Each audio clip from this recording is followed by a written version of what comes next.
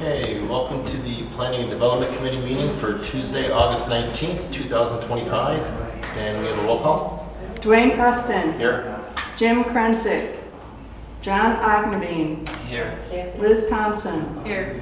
John Roach. Here. First item is approval of the minutes from July 15th, 2025. Did everybody get a chance to look over the minutes? Yeah,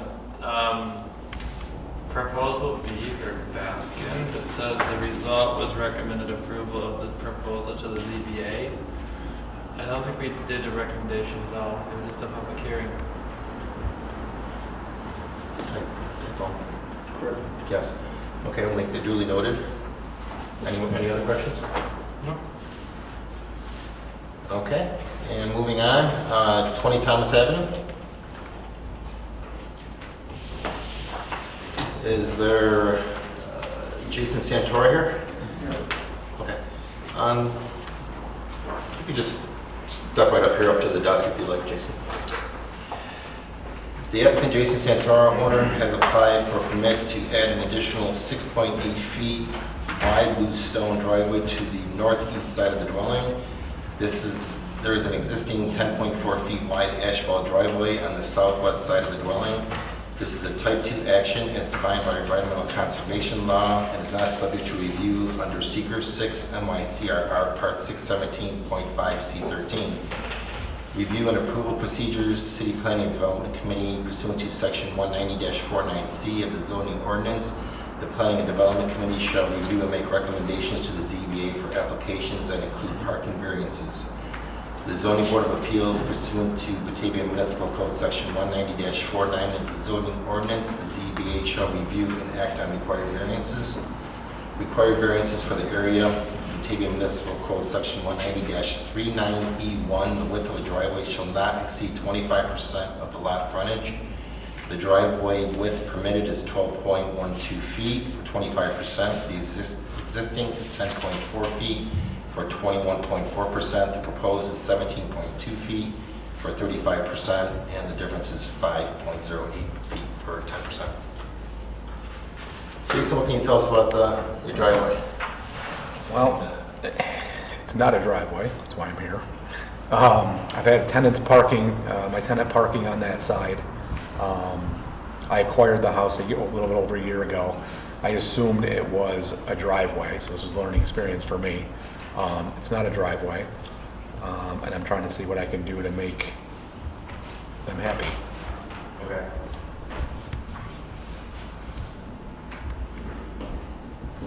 Problem is the people to the left of me that has tenants are unable to get in and out if I have my tenant park on my property.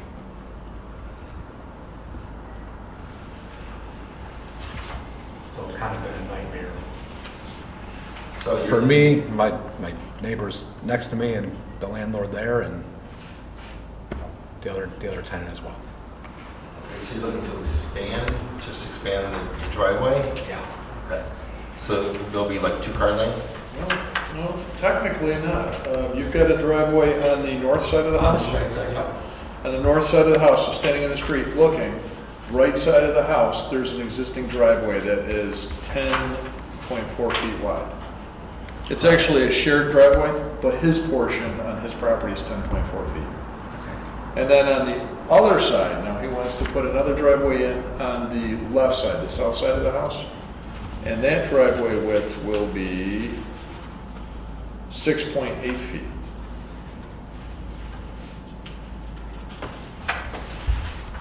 So right now, we're just concerned with the left side? Correct. If I'm looking at South side of the house, correct. Okay.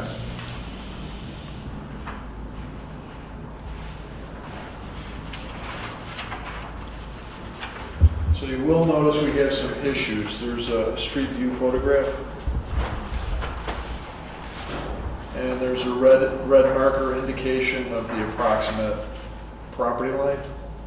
And you'll also notice that there is a telephone pole right in the middle of the access point. So as explained to me by the applicant, that they would use the neighbor's driveway apron to access that newly created driveway. You're not looking to have the quote removed, right?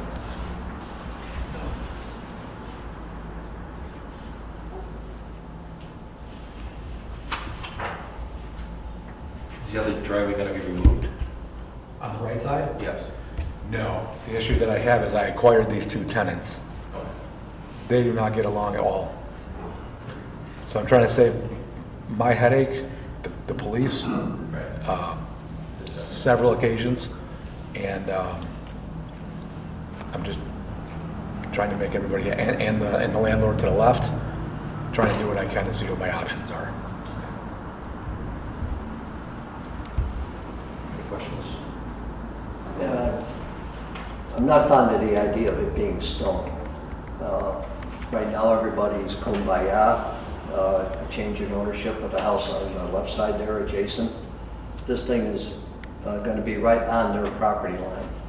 And I could see driving back and forth with stone going on the other person's property.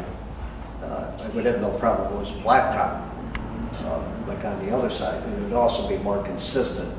The idea of one side being blacktop, the other side stone, and in that neighborhood. It's not something I particularly like. I would much rather see it as a blacktop driveway. This is the recommendation to the ZBA also. Liz, John?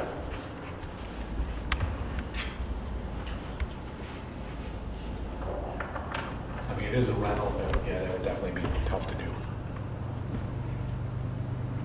Is the 6 feet gonna be wide enough for a car? It'll be, I mean, before I purchased the house, there was always a car parked there, and I assumed it was the tenant that I was acquiring, but it was the neighbor on the left side, was their tenant. So there is enough room to park there. The passenger wouldn't be able to get out. A parking space is typically 8 feet wide. Comfortable parking in a driveway is 10 feet. Is the neighbor house, that landlord, like, have you talked to him about this? Has he He given any doesn't know input? that I'm here. I'm told I was trying to do the best I can to try and figure out what our options are. It's just, he doesn't want his tenants inconvenienced by any means, which that's how it's been for years and years apparently, because my tenant never owned a vehicle until recently. So now it's become But he's a okay nightmare. with the sharing the apron so that they can get the access? I don't know.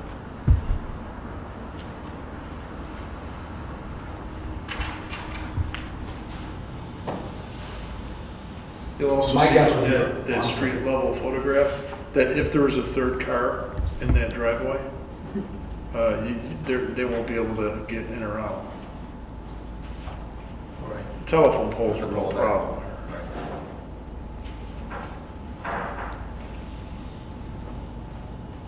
My guess is they probably wouldn't be happy about that because they're used to not having to jockey the vehicles around, parking pretty close, if not onto my property, so they can just get right in and out.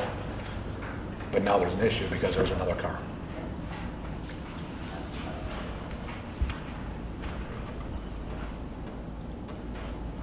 And the neighboring driveway looks like a concrete driveway. Yes, correct.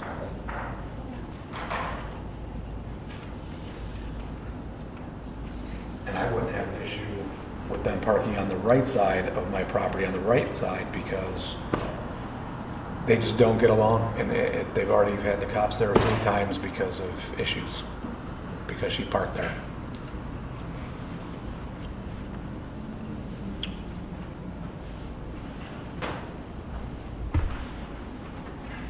So I'm kind of at a loss. I don't know what to do on my end. I've talked to you guys, I've talked to the chief of police, I've talked to the tenants, I've talked to the neighbors, which brought me here. Is it possible to create a parking space in the backyard behind the house?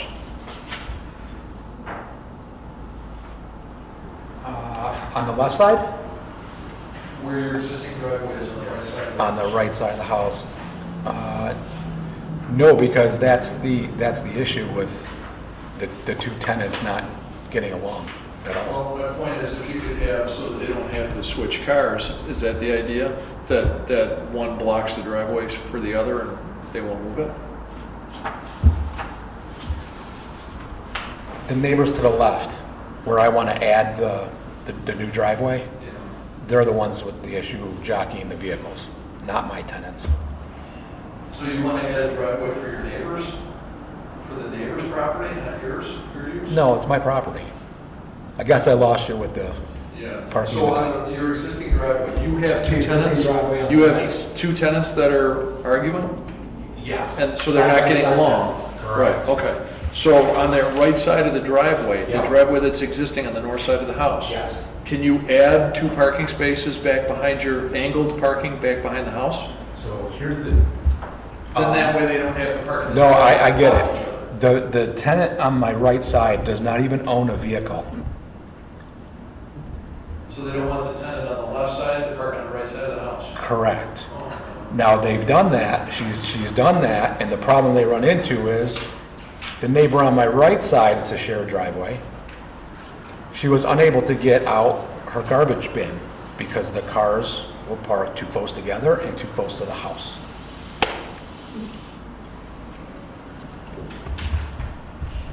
You have 10 feet on the right side, 10.5 feet. And then you got a car parked right next to that as well. But So the last time the police were there is because I got a video first thing in the morning trying to roll out her recycle bin and couldn't get it between the car that was parked there in the house or the car and the car to the right side. But I guess what, and I agree with Doug, I mean, you could do whatever you want in the back of your property. So if you take a strip and just park your cars one next to each other in the back and then just use your driveway as just a pull-through. I don't follow you. What's in the backyard now? What's in the backyard? Just grass? Big of a yard. It's not big at all. But yes, it's barely any grass. You can see the room on the survey. Yeah. Can you make two parking spots where the backyard is? Behind the house? And then you're just using your driveway as just a pull-through, Nobody be parking in the driveway. parking in the back. I don't know. I don't know. I don't feel like I have enough angle there to have a car to the left, but I'm not 100% sure. So it sounds like one is more of a tenant issue Yes. than it is a parking issue.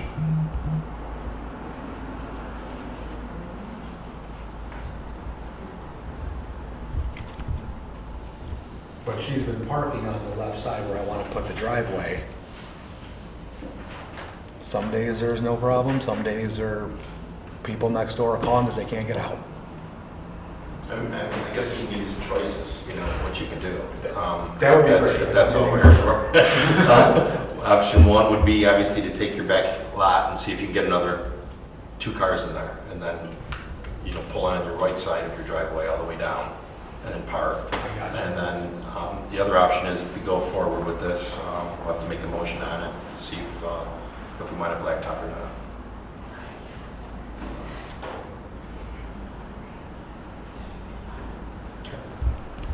Would anybody like to proceed with the motion?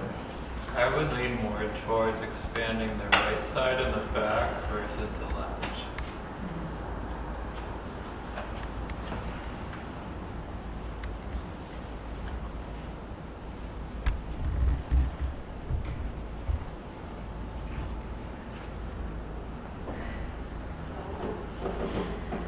Motion? Do we have a motion? Motion? Motion. How much room is there to expand on the right side? I'll make a motion to deny it. A second? So second to recommend Denial. denial. Second. And a roll call? John Roach, Yes. Dwayne Preston, Yes. John Ogden, Yes. Liz Thompson. Yes. Okay, Jason, I guess, Okay, so you have not been denied. The board is recommending denial to the zoning board of appeals, so the zoning board of appeals meeting will still be next Thursday. okay, Okay? thank you. Okay, next item is 3537 Jackson Street, Derek Gieb. Okay. The applicant, Derek Gieb, owner has filed for application to install one entry door and one window in the south elevation of the building located within the central commercial use district in the C3 bid. Use district, all exterior changes and required issuance of the building permit are required to be approved by the PDC. Note this is a type 2 action as defined by environmental conservation law. It's not subject to review under Seeker 6 NYCRR Part 617.5 C1. Review and approval procedures, City Planning and Development Committee pursuant to Section 190-14D2A of the zoning ordinance. The Planning and Development Committee shall review applications that involve exterior changes to properties located within the bid. Good evening, what's your name? Crawford. Nice to meet you guys. Nice to meet you. So you have a door and a window going in? Door and window, yep. Okay. And you're going to be exiting the door on? It'll be on the school street, yep. Okay.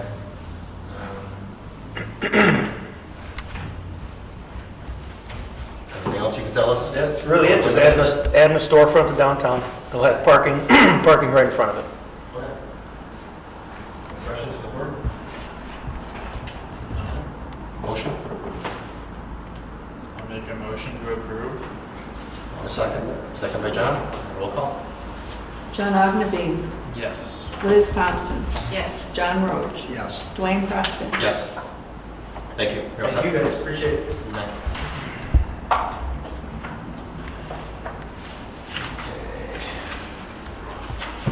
All right, 20 Howard Street, Bill Baskin, see Bill out there. Josh, you want to start us off, or? Sure. George?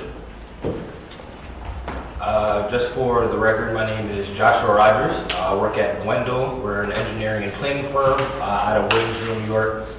We've been hired by the city to help with the environmental review for this project. If you guys recall, I came in June where we initially reviewed the FEAF Part 1 with the applicant. In July, we had the public hearing for this project. And today what we're going to do is we're going to go through the Part 2 of that full environmental assessment form. I want to remind the audience and the PDC that as consultants, we take a first stab at doing the Part 2, but in the end, all the answers and everything that is applied in the Part 2 will be in the voice of the PDC. So we took a first stab at it based off of the documentation and the record that we had on file. We used the FEAF Part 1, which was done by the applicant. We used the public hearing comments that we had received back in July, and we took all of that with all the documentation that we had to do this Part 2, and we'll run through it. I won't go line item by line item, but we'll go impact by impact, and I'll ask the PDC if there's any changes or any decisions that you guys disagree with, agree with, and then at the end, I'll kind of let George and Doug take it over, and I'll be free to answer any questions along the way. So. George, I don't know if you want to speak to that, and after that, I'll just get started. Yeah, George Vanessa, City Attorney. As Josh indicated, the purpose of tonight is to review the Part 2. There's not going to be final action taken under secret tonight, but we're moving the process forward with this step. Thank you. Okay. So without further ado, everyone should have a copy of the Part 2 in front of them, right? So just to give a little background for this Part 2, like I said, a lot of these impacts, and there are 18 of them, really 19, and we'll get into that a little bit later. Out of those 18 impacts, each one has individual questions, and like I said, they're based off of the proposed action itself. They're based off of the FEAF Part 1 and the questions that were answered in that document. And then we also take the documentation that we've received from the applicant to date and the public hearing comments that we received. So with that, the first impact that we'll go over, impact on land. And as we go through them, each impact has a question, no or yes. And typically at Wendell, what we do with Part 2s is, can everyone still hear me? Good, okay. Typically what we do when we do Part 2s is we take a very conservative approach. So when it asks whether there will be an impact on said topic, we either check no or we check yes, and a lot of times when we check yes, that's when we answer all of the sub-questions that are beneath the impact. And they ask 2 questions, whether it's going to be no impact, or it's going to be a small impact, or it's going to be a moderate to a large impact. So as you see on impact on land, we checked yes. One of the reasons why we checked yes is that unfortunately this project, we understand that it had burned down, it's going to be constructed as new. And because we're constructing a new facility, there's obviously going to be some impact on land, right? We're building a new facility. One thing that you'll notice in the part 2, what we did is we checked each subheading, each question, no or small impact. As we went through each impact on land and all the different questions that they asked, in our opinion, based off of the record and based off of the part 1 that we received from the applicant, we did not feel that there would be any moderate to large impacts on the environment based off of the information provided. So while we did check yes for impact on land, all of the questions that we answered underneath it, we did no to small impact. Are there any questions? Anyone feel differently? Does everyone feel comfortable with our reasoning for impact on land and all the questions that we checked? And the second impact on geological features, is asked about things like minerals, fossils, caves, any type of unique features like land dunes. In this area, we checked this one no, because we did not see or feel that there were any of those type of unique features in this area. Make sense, everyone? Correct. Okay. The third impact, impacts on surface water. So this asks about if there is going to be any effect on wetlands or any other surface water bodies. We checked this one yes. A lot of the questions, A, B, and C, we checked no. You'll notice under 3D, the proposed action may involve construction within or adjoining a freshwater or tidal wetland, or in the banks of any other water body. The reason we checked that moderate to large impact is while the property itself does not have a wetland on it, we know that the wetlands regulations from DEC have changed as of January 1st of this year. Based off of the environmental mapper, when we ran it on the DEC's website, it did say that there was the potential for a wetland on the adjoining property east of where this facility would go. And because of that, the question asks, would it have any, will there be any construction within or adjoining a freshwater wetland? So because it's an adjoining property, that's why we checked moderate to large impact. And the rest of the questions on impacts to surface water, as we went through them, a lot of them ask about discharge of wastewater, they ask about other water bodies, pesticides, existing wastewater treatment facilities. We did not see anything in the EAF or any of the documentation that we had provided to us. So the only impact that we checked as moderate to large for number 3, impacts on surface water, was the proposed action may involve construction to an adjoining freshwater wetland. Any questions on that? Any differentiating opinions on that? Yeah. Could I ask a question? We're not soliciting input at this point. I wasn't asking for input, I was just asking for a question. Yeah, we're going to finish this up and then take the next step. Thanks. The next impact on groundwater, we also checked that yes. The first 5 questions underneath that impact, we checked no. The one that we did say that there would be a moderate to large impact on was number 4F. The proposed action may require the bulk storage of petroleum or chemical products over groundwater or an aquifer. When we ran this on the DC's website, this project is located over an aquifer. So because of that, and we know that there will be some storage of different products. Obviously, this is more of treating the waste of animal feed. But because there will be some storage aspect within this facility, we checked that that would be a moderate to large impact because when we ran it on the DC's website, it is located over an aquifer. So that's why we checked moderate to large. All the other questions within impact on groundwater, we feel did not have a moderate or large impact. Any questions on impact on groundwater from the PUC? Okay. Number 5, impact on flooding. So this asks about if there's any action that will be subject to flooding. The questions that we checked off as moderate to large impact may occur are B, C, and D. B is the proposed action may result in the development within a 100-year floodplain. Based off of the EAF Part 1, which was conducted by the applicant, it was checked off that the proposed action is within a 100-year floodplain. So because of that, because of the size of this project, we felt that there may be a moderate to large impact with a project of this size in a floodplain, a 100-year floodplain. We thought that was an appropriate answer. We did see the proposed action may result in a development within a 500-year floodplain. Same thing in the EAF Part 1. The 500-year floodplain question was checked off. And then we also checked off the proposed action may result in or require modification of existing drainage patterns.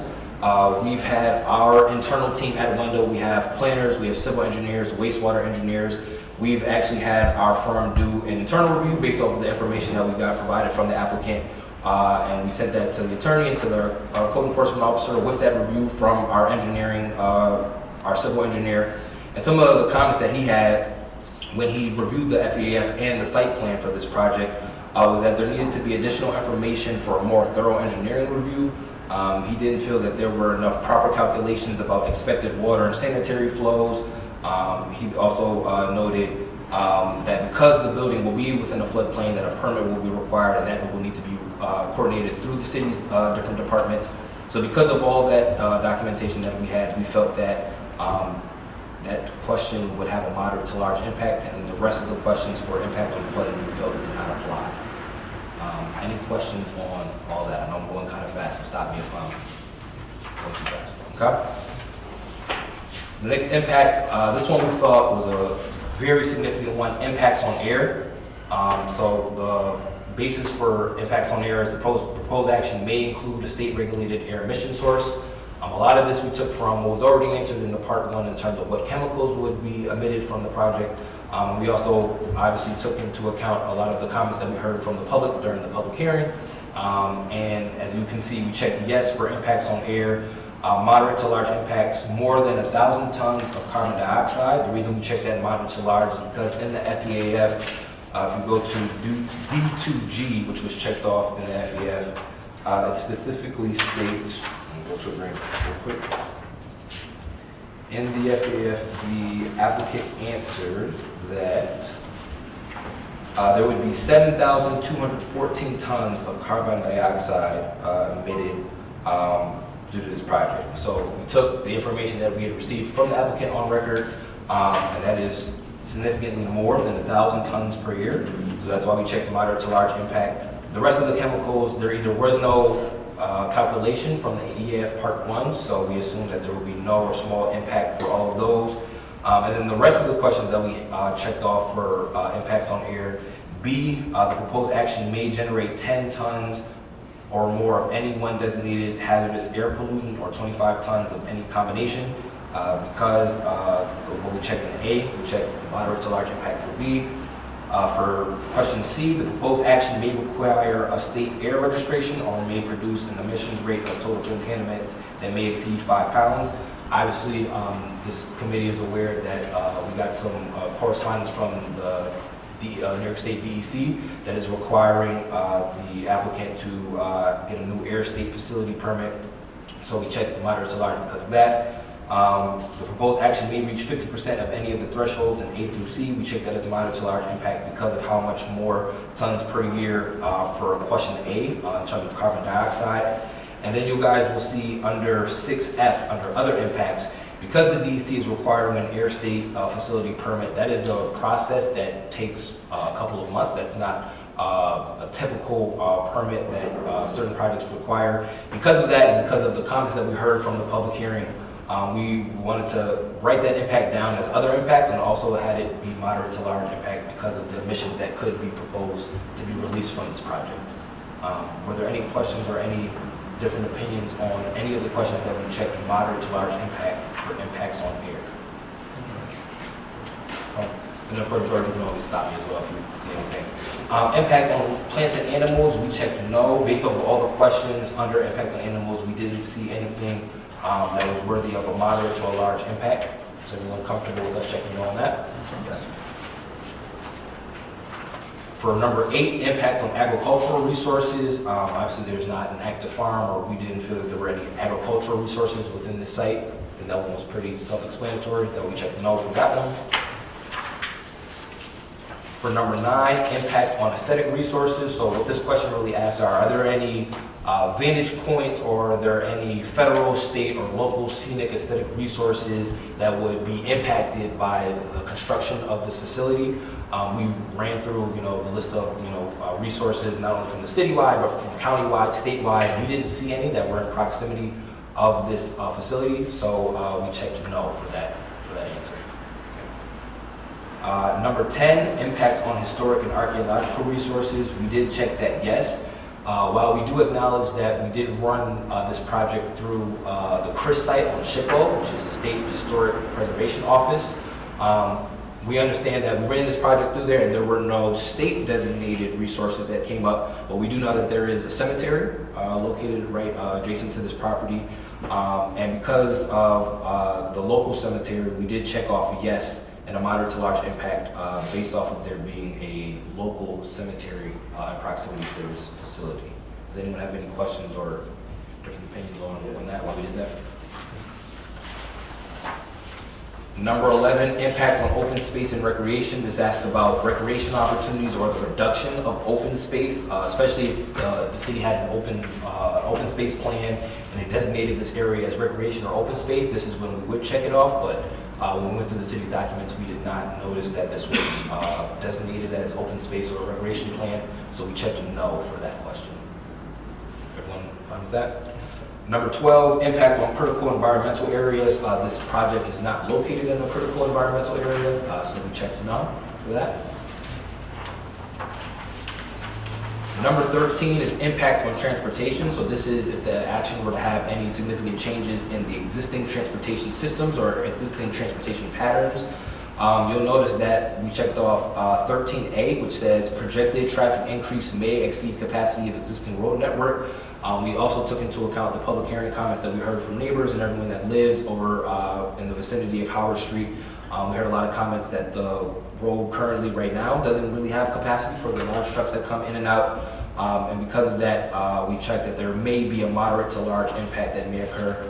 While I'm speaking on this, let me also remind not only the public and the applicant, but the committee, that when we checked moderate to large, or when we checked no or small, it's all proposed, right? The project obviously hasn't been built. So we're using the information that we've had provided on record, and we're using, in our heads, long-term and cumulative impacts that may happen based off of the proposed development. So when we say projected traffic increase may exceed, we're anticipating that if this facility were to be built, that the existing road network, that the road that the trucks would be coming in and out of, based off of the comments that we've heard from the public, based off of comments that we've heard from Mr. Randall from the Code Enforcement Office, that it would exceed the existing capacity of that road. And the other questions we checked, no, we didn't feel were relevant. But does anyone have any questions on us checking moderate to large on the existing capacity of the current road? Doug, do you feel I'm kind of correct in saying that we've heard a lot of comment from the public? You yourself have even expressed that that road definitely struggles when a lot of trucks come in and out. That's correct. Okay. Impact on energy, which is number 14. We checked yes. This is another one where we checked yes because the question asked, will the proposed action cause an increase in any form of energy? Or if we're building from new, we expect that there will be some sort of increase in energy. But in terms of the questions A, B, C, and D, we didn't feel that any of the thresholds would be exceeded to make a moderate to large impact based off of the proposed construction of this project. So we checked no for all of the individual questions, but we checked yes, because like I said, we do a conservative approach. We're answering the question that asks us, do we think there's going to be an increase in energy? I would assume yes, it's going to be in your guys' opinion. Tell me if you feel differently. But we think there will be an increase in energy, but none of the impacts based off of the questions asked do we think will be a moderate to large impact. Okay? Another one that we thought was going to be significant, number 15, impact on noise, odor, and light. The question that we checked off as moderate to large impact. The proposed action may result in routine odors for more than 1 hour per day. I think definitely one thing that we heard from the comments from the public hearing was that there were a number of different people on a number of different streets adjoining the site that had issues with odors. I know the Grant facility has submitted in writing that there have been foul odors from the facility from the previous proposal, and there's obviously concern of that still being the case with the new proposal. I know the applicant has put on record that they said that there would be new equipment that would try to mitigate those odors as much as possible.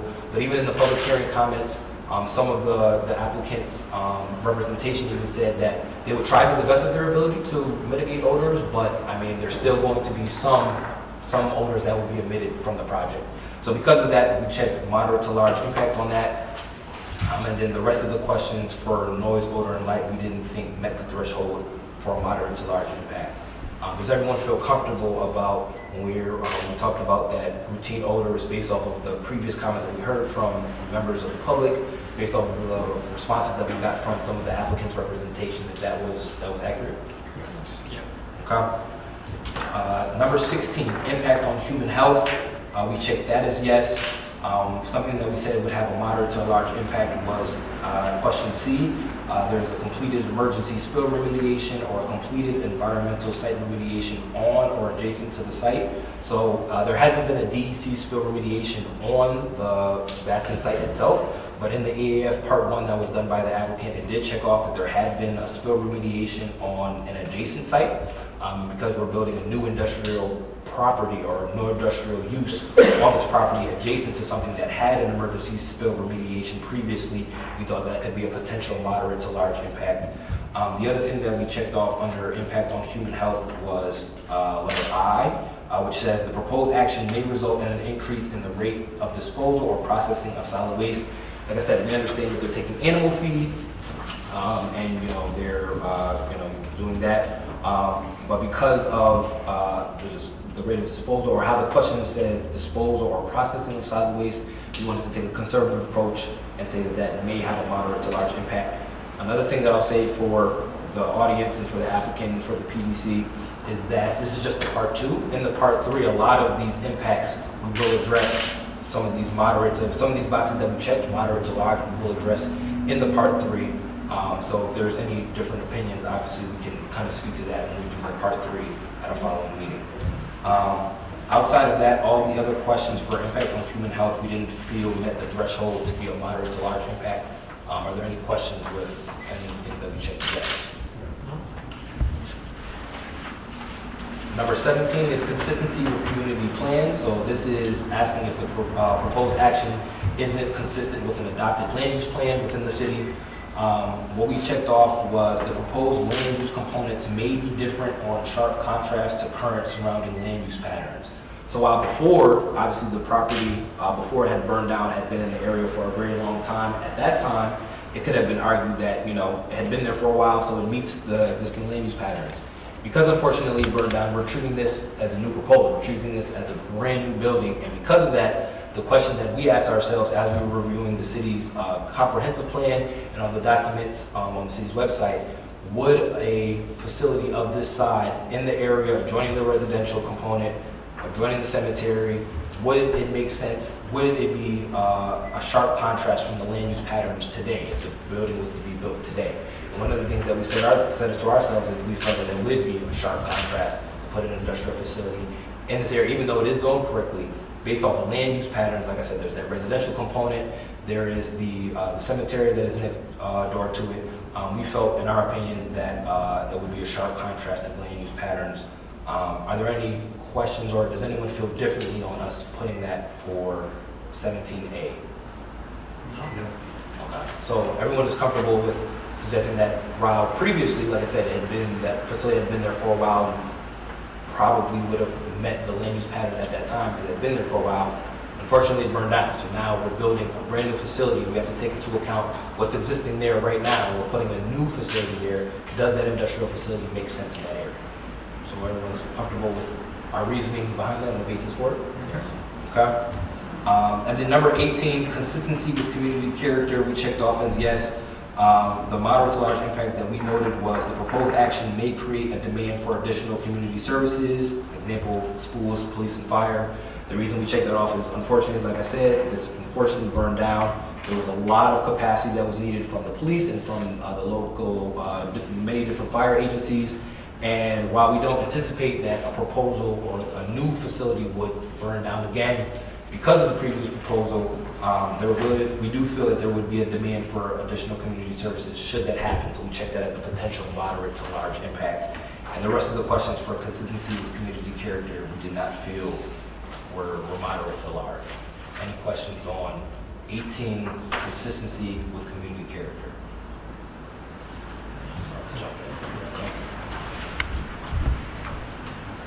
The board's all set with that section.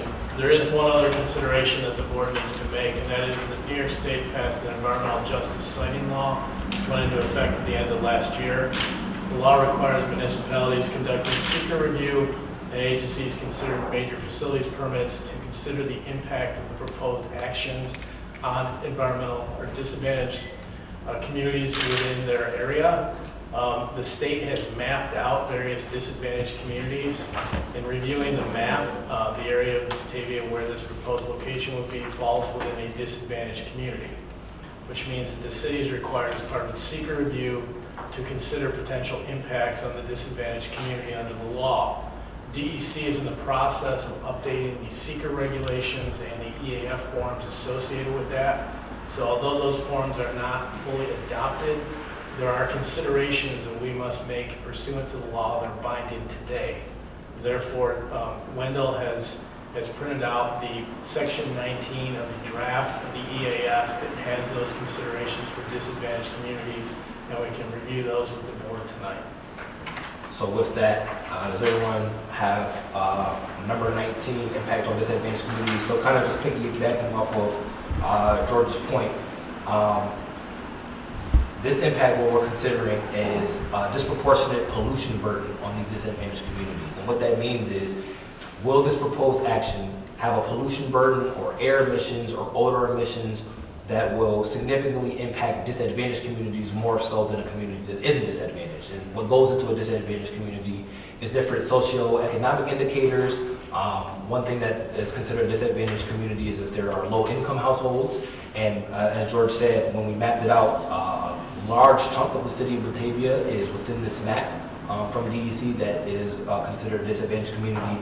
And this specific project at 20 Howard Street is right in the middle of what is considered a disadvantaged community. So with that, because we're going to review that, and we have to review that when we make our secret decision, we did take a look at impact on disadvantaged communities, number 19. We checked it as yes. The questions that we said that we believe will have a moderate to large impact, A, is the potentially affected disadvantaged community identified as having comparatively higher burdens or vulnerabilities by the disadvantaged community assessment tool.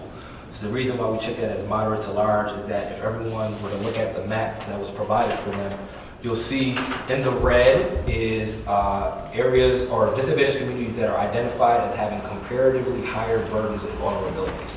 So you'll see the dot is 20 Howard Street, and if you look at the city and the town's footprint, there's a lot that is checked off as red. So because it's right in the middle of what's considered a disadvantaged community, we check that as having a moderate to large impact.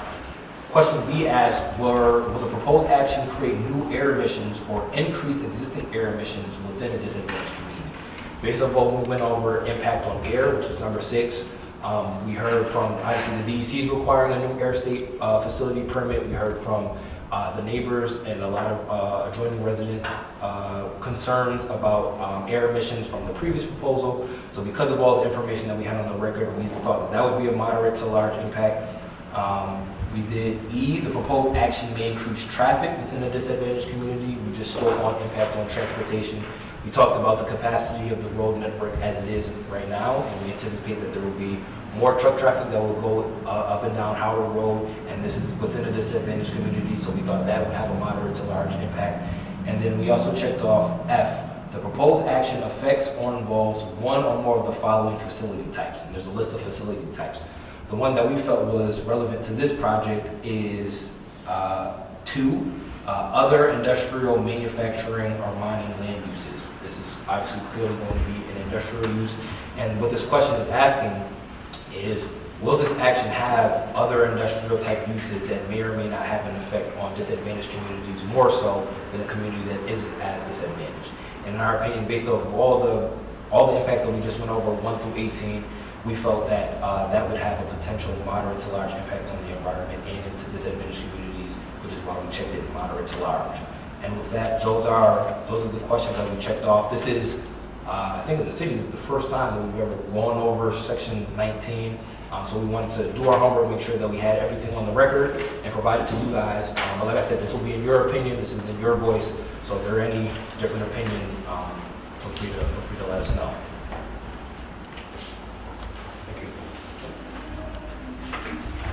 So with that, those are all of the impacts. I know that was kind of fast, but those were all the impacts that we went over. I'll just say it again for the record. We at Wendell went through all the documentation that we had on the record. We went over the part 1 that we received from the applicant, all the documentation that the applicant provided to us. We used the public hearing comments, We put together this first draft of our part 2, and we provided it to you guys today. We just went over it and asked all these questions for you guys to make sure that it's in your opinion. I don't want it to just make it seem like it's coming from me or coming from George or coming from Doug. It's coming from you guys. And if you guys are comfortable, then I think we can move on to the next steps and we'll just go from there. Any questions for me before I stop talking? No? Okay. Thank you.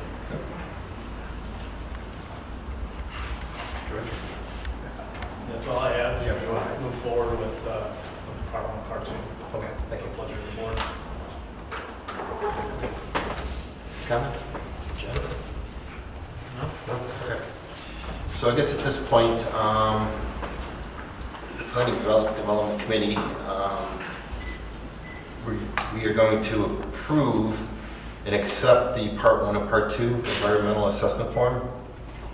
And based on submitted plans, documentation, public comments, minutes to the meetings, reports, letters, counsel from Wendell and city attorney. And I guess we will have Wendell and the city prepare the evaluation of the magnitude of the importance of the project impacts and determine the significance for the review and the consideration by the committee. That's in the form of a motion. Yes. Second. Second. I'll second. And roll call. Dwayne Preston, Yes. John Agnew, Yes. Liz Thompson, Yes. John Roach. Yes. Okay. Thank you. And motion to adjourn.